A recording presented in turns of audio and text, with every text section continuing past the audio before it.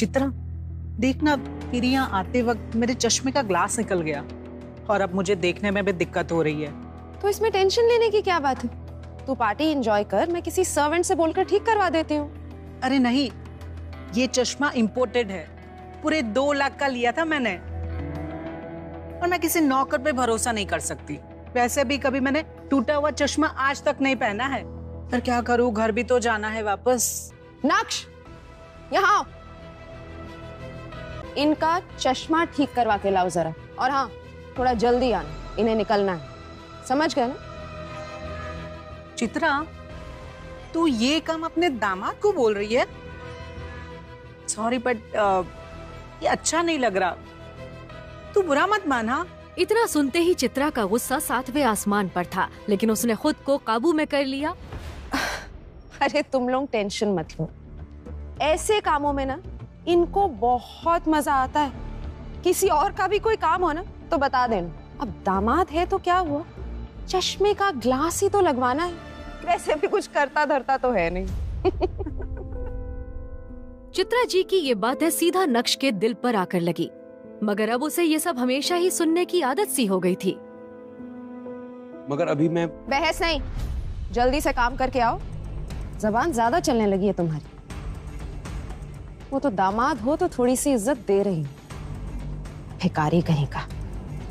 पता नहीं अनिका भी अपने नसीब में क्या लिखवा कर आई है जो उसे ऐसा निठल्ला पति मिला है।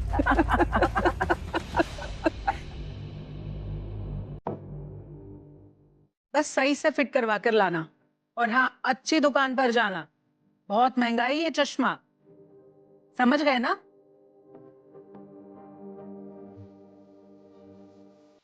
नक्श सर झुकाए उस चश्मे की तरफ देखने लगा। उसे जाते देख चित्रा की दूसरी सहेलियों ने भी अपने अपने काम पकड़ा दिए। नक्श सभी की बातें सुनता रहा और फिर सामने लगी अनिका की तस्वीर देखते हुए मन ही मन बोला, इतनी बेइज्जती के बाद अभी भी मैं अगर इस घर में टिका हुआ हूं ना, तो सिर्फ इसलिए अनिका, क्योंकि मैं आपको खोना नहीं चाहता। आई लव यू, लेकिन ये सब भी अब ज्यादा नहीं चलने दूंगा मैं।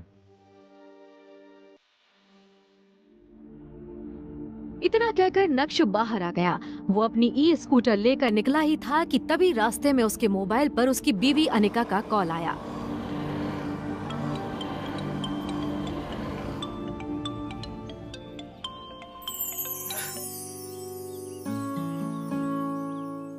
हेलो। अच्छा सुनो, क्या आज आप मेरे ऑफिस आ सकते हैं? कुछ काम था अर्जेंट। हाँ, मैं अभी आता हूँ। अनिका की ये बात सुनकर नक्श के होठों पर एक स्माइल आ गई और उसके पूरे दिन की टेंशन जैसे गायब ही हो गई। आज पहली बार अनिका ने उसे ऑफिस बुलाया था। वो ही थी उसकी जिंदगी में जिसकी मुस्कुराहट देखकर वो खुद को जिंदा रखता था। अनिका का चेहरा देखे बिना नक्श को चैन नहीं आता था और उसके बस में होता तो अनिका की हर एक खुशी के लिए खुद को लाख बार कुर्बान कर देता। रास्ते में नक्श को मोहन लाल स्वीट्स दिखा, जहाँ की जलेबियां अनिका को बचपन से ही बहुत पसंद थी। कुछ सोचकर नक्श ने स्कूटर रोकी और अपना पर्स निकालकर देखने लगा। उसमें सिर्फ 200 का एक नोट पड़ा हुआ था। ओहो, 2 ही जोड़ी कपड़े हैं मेरे पास। सोचा था टी शर्ट खरीद लूंगा, लेकिन कोई बात नहीं, अनिका से बढ़कर कुछ नहीं, उसकी पसंद की जलेबी ले लेता हूँ, वो बहुत खुश होगी। जैसे ही नक्श वापस मुड़ा तो उसे अपनी सास के दिए हुए काम याद आए। उसने एक नजर घूरकर उस चश्मे की तरफ देखा और कहा, सॉरी आंटीज और सासू माँ, आपके चरणों को प्रणाम, लेकिन मेरे लिए अनिका से बढ़कर कुछ नहीं, आपसे थोड़ा सुन ही लेंगे। इतना कहकर नक्श ने वो चश्मा फेंक दिया। आज वो पहली बार अनिका के ऑफिस जा रहा था। ये सोचकर आज वो फूला नहीं समा रहा था कि वहाँ उसका अच्छे से स्वागत होगा।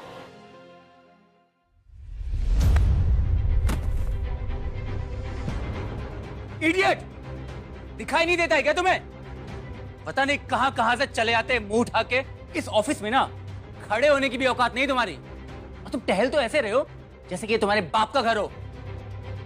कौन हो तुम? शायद विहान ने भी उसके बदरंग कपड़ों से उसे नौकर या ऑफिस बॉय ही समझ लिया था। विहान ने एक नजर नीचे जमीन पर पड़ी जलेबियों को देखा और फिर उसे अपने पैरों तले कुचलकर बाहर निकल गया। विहान वहाँ से जा चुका था और तभी नक्श की नजर अनिका पर पड़ी तो एक पल के लिए वो अपनी बेइज्जती भूल गया। वो अनिका की तरफ देखकर खुद से ही बोला, इतना प्यार करती हो ना आप मुझसे, मेरे साथ हुए इस बर्ताव ने आपकी आंखों में आंसू ला दी।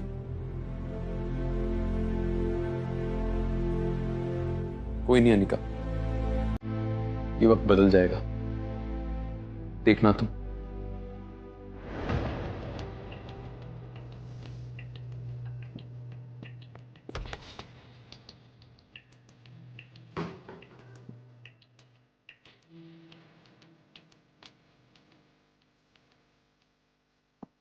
अब जाने भी दो ना अनिका, जो भी हुआ वो मेरे साथ हुआ, और उसमें आपको इतना टेंशन लेने की जरूरत नहीं है। जो बीत गई वो बात गई, समझ रही हो तुम? दूर हटी, चले क्यों नहीं जाते आप मेरी जिंदगी से? नर्क बना रखा है आपने मेरी जिंदगी को। पति नहीं, मेरे पापों की सजा है आप मेरे लिए। आखिर आप चाहते क्या है?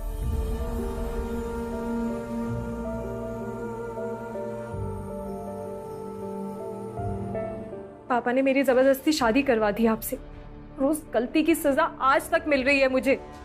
आप तो मेरे काबिल भी नहीं थे। आपको ना अपना पति कहते हुए मुझे शर्म आती है।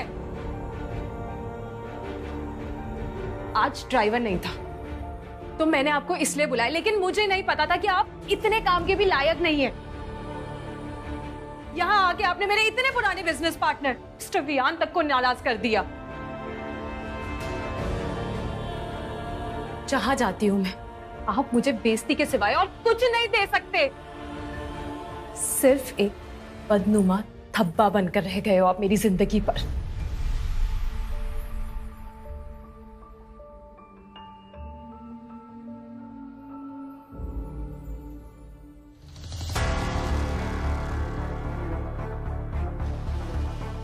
क्या है ये सब? क्यों इतनी गंदगी फैला रखी है? इसे अभी डस्टबिन में डालो।